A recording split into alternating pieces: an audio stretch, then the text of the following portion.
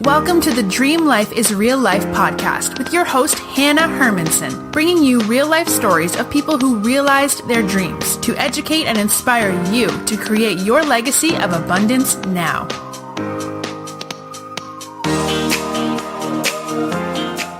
Welcome back. Today, I am with Ann Havenwood. She teaches coaches, experts, and service providers current online marketing and sales strategies to close the right clients anytime they want. She's regarded as a top authority in digital marketing, sales coaching, and online publishing business strategies.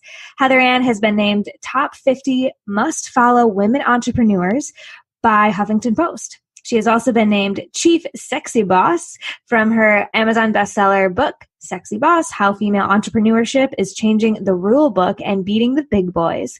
And others call her the wizard behind the curtain.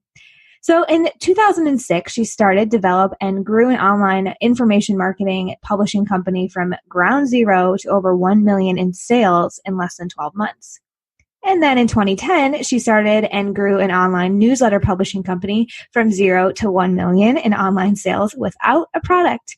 In 2015, she did it again. From 0, grew a weightless weight loss supplement company to 1.5 in sales in 18 months. So Heather, welcome to the show. I'm glad you're here today. Yeah, thanks for having me. We were just joking about how many H's there are. We got Heather Havenwood, Hanna Hermanson. You're in Houston. I'm on H Street. Is it happy hour? Right. Yeah, and I love that. And I call it H to H marketing. So that's kind of my philosophy. Right. So I love it. I love the HH. Perfect. Yeah. So actually, let's dive in there. Yeah. Tell us about this H to H philosophy. I'm super intrigued. So this is the philosophy, right? So let's just start with the basics. It's called this thing called the Bible. I've probably heard of it. Number one read book in the world of all time. And if you open up the Bible, believe it or not, faith or not, you can understand the stories, right? So we can understand that because human beings haven't changed that much. I know technology's changed. We have Facebook and Twitter and text messaging and AI, but at the end of the day, we as human beings haven't changed. We still buy for the same reasons. We still fall in love the same reasons. We move towards something for the same reason. We move away from something for the same reasons. We as human beings have not changed that much. So I believe that brands, the biggest thing that's missing with the brands is the influence side, because at the end of the day, people buy people, not brands. Right? We really do. We really buy people. We don't really buy into brands. Even if you look at big brands like Nike and McDonald's, like big, they still have to have that human element. If not, we don't really want to buy a logo, right? We buy a person that's either next to it or behind the logo. So it's H to H marketing. And that's hard to conceptualize at this point. We've swung so far to one side on the digital side that people forget that it's H to H marketing. It's not digital to digital marketing, So human to human. It's human to human. Yeah. It's heart to heart. It's so that's the philosophy. And I've kind of created an entire master map I call the IDOM. The dominatrix DOM is what I call it. But influencer, it's basically influencer dominatrix master map. And it's really about how do you become omnipresent, either your brand or yourself, depending if you are the brand. How do you become omnipresent online, the digital world, so that you can move people from digital to H, which is heart to heart, right? Heart to heart. Yeah. And so let's take a couple of steps back here. Yeah. I'm super curious, your intro and your bio, you have had quite a varied career, successful career. Yeah. So how did you get here? Have you always been a marketing wizard behind the scenes, selling lemonade as a kid, or yeah. Yeah, it's funny. I did one of my first jobs was a newspaper route. That was many years ago, but many years ago. And then I got into, I had a job when I was 16 in restaurant business. I think everyone needs to be a waiter. Everyone needs to be a hostess. Everyone needs to be in that to cook or something in that space, honestly. Scoop ice cream. But I have to sing a song every time someone gives you a tip. That was my first job. Yeah, really. I mean, you learn the art and science of sales when you're 16, right? When you're basically having to give good service and asking people for money. I mean, it really does create that concept of sales very young. But I did start in corporate America and outside sales at a very young age of 24, 25. I did very well there, actually, against all the odds. I was the only female in the business-to-business sales department, the entire office. And then I was number one in the country in 4 years. So I beat all the big boys, hence my book, Sexy Boss. Yeah. Got it. Yeah, that's how my book Beat the Big Boys kind of came about, because it was about my process of constantly beating the boys, but then constantly getting what I call hit afterwards. Every time I beat the boys at their own game, something would happen. Like I either got fired or let go. So it's almost like men are like, oh yeah, we'd love for you to play, but don't beat us. Just don't win. Right. Yeah. Don't win. Like you can hang. Stroke our ego. You're not allowed to win. So yeah. Oh, you're cute. You know what I mean? And it's happened a couple of times. It's happened to many times in my life. But it's also created what I call calluses in my hands, meaning, a thicker skin, if you will. Right. And I just understand when to compete and when to understand how to win in the right places. So it's kind of where I'm at. Yeah. And that's what your book outlines. Yeah. Sexy Boss is the kind of personal story and the personal mindset I had to create and develop to be able to be where I'm at today. So what was that launch from corporate to entrepreneurship for you? Well, it wasn't very smooth, right? I wouldn't say it's smooth, and it wasn't something I was thinking I wanted to do, right? I was really taught, I was born and raised in Houston, as you said earlier, and I was taught at a very young age, my job is to do 3 things in life: marry a rich man, have lots of babies, and always look good. That was what I was told to do, Okay. Southern Belle. I was not supposed to go into corporate America and beat the big boys. I was not supposed to start a job. My mom freaked out a business. My mom freaked out when she found out that I was an entrepreneur. She literally had my uncle call me, who my uncle never calls me. So my uncle called me. So I'm thinking someone's died, right? It's like, okay, uncle called you. There's a funeral coming. So I answered the phone. This is like back in 2002 when I first started my first company. And he said, your mother's called me. And I went, okay, is she okay? Yeah. Should I sit down? Right. I was like, is she okay? He's like, no, she's fine. What's wrong? Well, she called me because she's freaking out. I'm like, well, why? Well, she told me that you're going to be an entrepreneur. And I went, yeah, aren't you? He's like a big time real estate guy, big time. Like he's very successful. And I go, yeah, aren't you? He goes, yeah, but I'm a man. Oh, wow. And I was like, what do you mean? He's like, well, women aren't entrepreneurs. I'm like, really? Okay. Thanks for the support. So, and that's why my mom was freaking out. And so what's my point? My point is that it wasn't a very smooth transition. It definitely wasn't supported. My uncle still doesn't talk to me. He's still alive, but he doesn't talk to me. That's who he is, right? That's just kind of his personality. But I actually, quote unquote, do have a rich uncle. I just never talk to him. I think my uncle's really, really rich. I really think he is, but I don't know. I think he just doesn't talk to the family anymore. But yeah. But anyway, my point is that I wasn't supported to be an entrepreneur at the beginning. Yeah, I think so many people can relate to that, whether it's just that's cute. Once again, that's cute. Yeah. Side hustle. Good for you. That's adorable. Yeah. Or it's the blatant, like, I think that's unsafe and I don't want to get behind that. And I can't even, participate or support in any way. So I had someone ask me recently, like 2 weeks ago, I'm working with this young copywriter. I'm kind of mentoring her an accident. It was kind of an accident thing, but she said, how do you do what you do? I'm like, what do you mean? She's like, well, you're so able to risk. How do you became so risk adverse or something? She said something like that. And I looked at her, she's pretty young and she's like 28. And I said, I don't really think of myself as risk averse. I just do what I do. Right. You know what I mean? So my point of that is I asked her a couple questions. I found out that she grew up in a very, very non-entrepreneurial setting. Right. So I said, well, you've got a lot to overcome because you were taught that entrepreneurship and capitalism is wrong in her setting. I was like, you've got a lot to overcome in your mind, but it's possible. There's a lot to overcome. When you're an entrepreneur, you have to be willing to say, I'm a capitalist. And money is good. Money's great. Yeah. And then for some reason, all the big capitalists like Jeff Bezos all of a sudden goes Democratic. I'm always like confused by that. I'm like, what? Anyway. Yeah. So you followed your heart in some way, or you kind of chased what you felt was right and good for you, and you started founding huge companies. What was that era of your story like, building $1 million companies I was building $1 million brands. I've done it now 3 times. And I like building. I'm a marketer so who I see myself as is an entrepreneur first and a businesswoman second, and then a marketer. So I just build stuff, right? So I take things and I sell them. I do very well at that. So like my last company that I did, I was dating a guy and he had this thing sitting in the closet and he kept talking about it. He called it this laser light thing. I'm like, okay, what is it? So he's like, okay, we'll lay down. And I did. He's like, okay, you're going to sit there and lose inches. I'm like, well, whatever, So he did the before and after, and I lost like 3 inches. I'm like, what? You should be like marketing the hell out of this. He's like, yeah, but he didn't know how to market it. He bought it. He didn't market it. So, I created a name under it called Skinny Beam, and I created an entire company around it. And then we blew it up between 0 to 1.5 million in sales, because here's the key. That thing was sitting in the closet for like 6 months, right? Before it was just sitting there because he didn't know how to market the thing.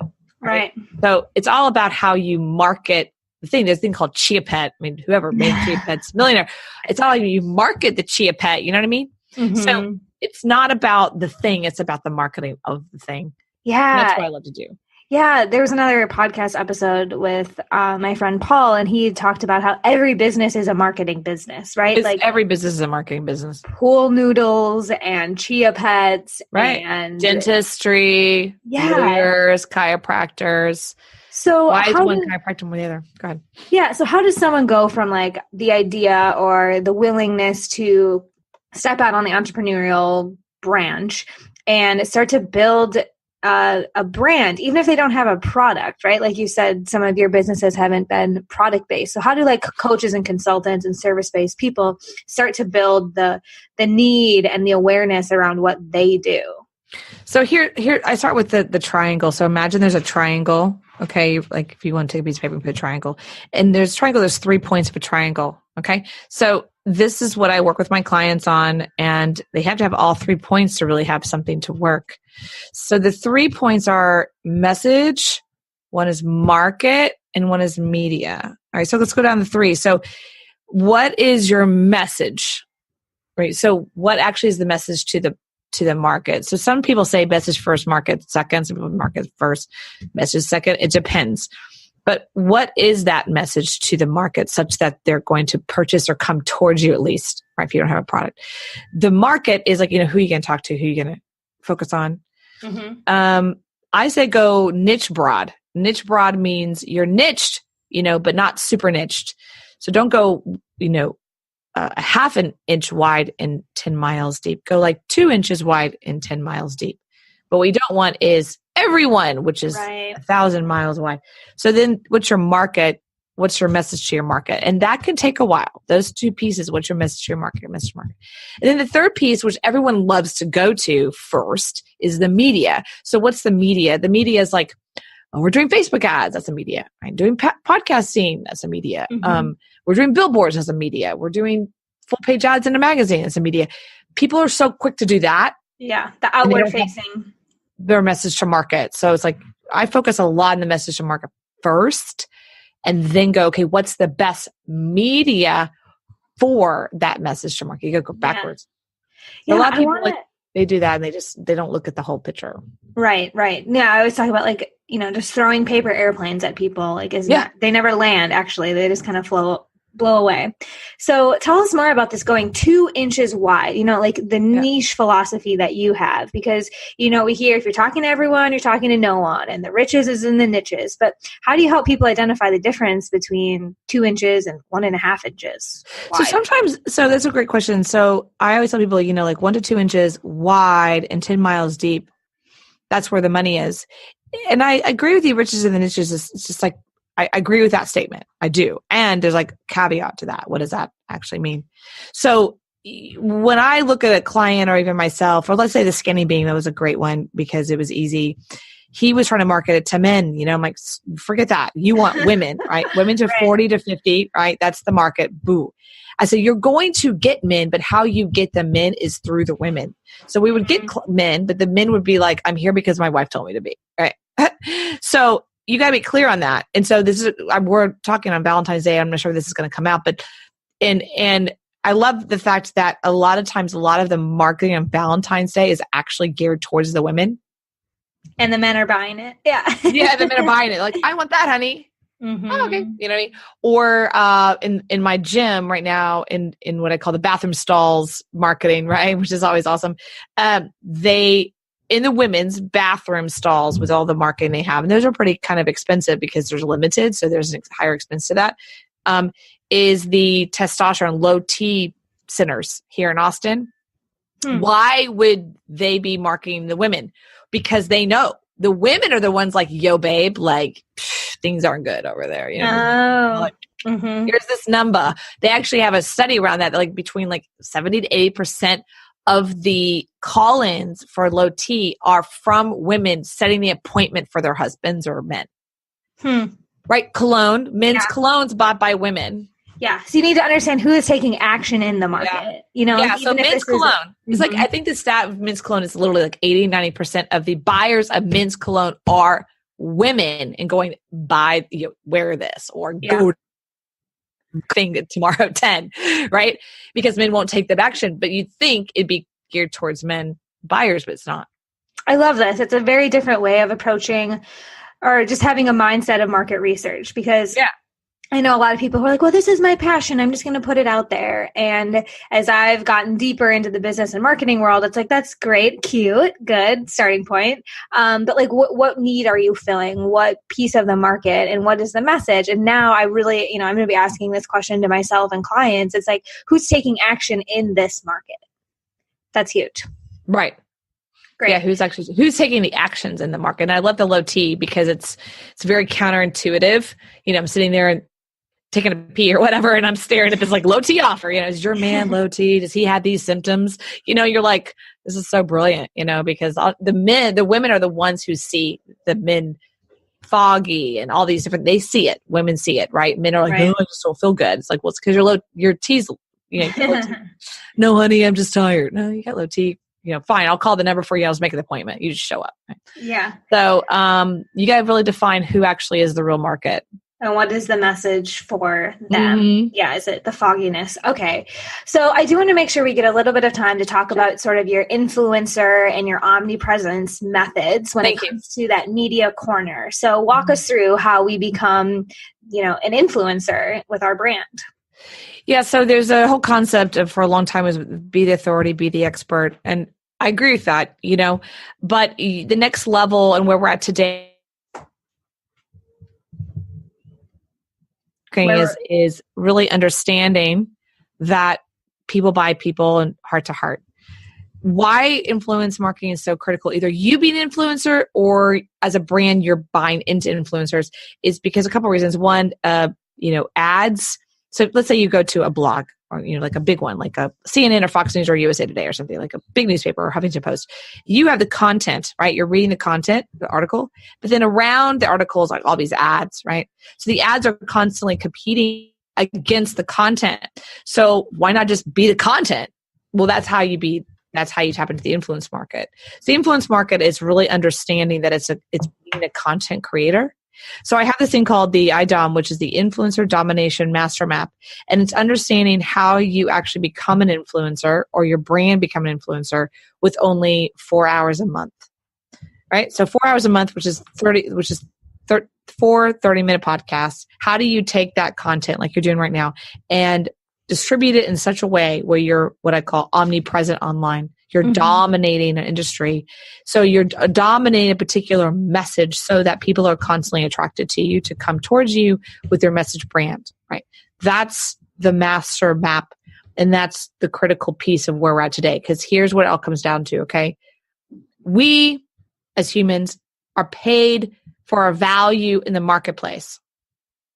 Now, we as human beings haven't changed that much. However, our marketplace value has changed. So in the 80s, it was different than the 90s. It was different in the early 2000s, right? So let's just take an example. If you're a carpenter, okay, or a blacksmith or a carpenter, your value in the marketplace today is lower than it was, let's say 20 years ago. Now it's developers. They have a huge value in the marketplace because they are AI developers, specifically blockchain developers. Okay. Right. So the value in marketplace alters over time. So you got to get that, understand what's the value in the marketplace. We're paying for our value in the marketplace. What does that look like online as an influencer? Content is king, right? But engagement is queen. And in my world, the queen is over the king because so you have, but the queen, the engagement, if there's no content, there's no engagement, right? Chicken for the egg. So you've got to create content. So that's the whole point. If you're paid for your value in the marketplace, this is Jim Rohn's 101.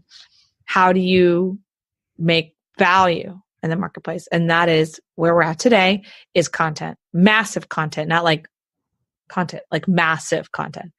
That is really the value we're paying in the marketplace today, right? Look at Gary Vee, some other people, even Kim Kardashian. Like I got that, who knows what she actually does, but she is a value in the marketplace. Brand, yeah. So when you say massive, do you mean volume? No, because I take 4 hours and I make it massive. So it's all about the understanding of how to not just repurpose it in a right way.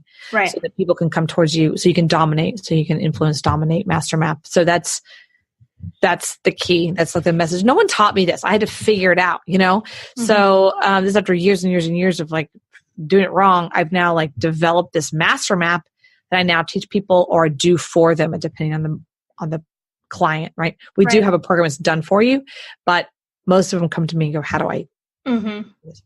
Right. Because this, and like you said, through the eras, these skill sets of like understanding the message, media, and marketing, that principle will apply. Yet we're now in this era where information overload is a real thing and we're on 7 different screens at one time. And we are now trying to figure out, how do we position ourselves as the content, as what they're looking at, as opposed to just buying a TV ad because everyone's just looking at one screen. So I'm guessing that this domination philosophy or this process is something that can be applied and used throughout the ages as we come to understand new ways of marketing and reaching that heart-to-heart connection. Is that right? Yeah, that's absolutely, you got it. It's the key is what's your value in the marketplace. So if someone's like, well, I want to create a passion project, it's like, awesome, but what's the value of that in the marketplace? I know that's a harsh concept, right? But it really is true. What's that value in the marketplace? Not what you think is valuable. What is it valued in the marketplace? Right. Awesome. Heather, so many great new like market research and techniques that you're sharing with us. We are coming to the close and I just have 3 last questions kind of in a pop quiz style. Are you up for it? Yeah, let's do it. All right. Question number 1 is, what is one thing you want listeners to do today, an action that will get them closer to their dream life and business? Do a video every day online. Yeah. Good practice to be in for sure. Yeah. Question number 2, if you could hand every listener a tangible gift, maybe it's a book that changed your life or a resource that you really think everyone needs, what would you be handing listeners? There's a book called Game of Life and How to Play It by Florence Scovel Shinn. Yeah. Classic. Okay. Classic. That one. Yeah. And the last question is, where can people stay connected with you and learn more about what you do? I have a website, heatherhavenwood.com, but the best place is go to askheatherann.com. That's askheatherann, A-N-N, no E.com. And what that is it opens up into my chatbot and my Facebook Messenger, so you can talk to me right there. Very cool. Another great way to be creating an omnipresence is with those chatbots. Yes. Good stuff, Heather. Yes, but I'm there. Oh, thank you. Yeah, thank you for your time, your energy, and all of your insights. Thank you. Listeners, we'll be back next week with another inspiring guest that will help make your dream life your real life. Until then.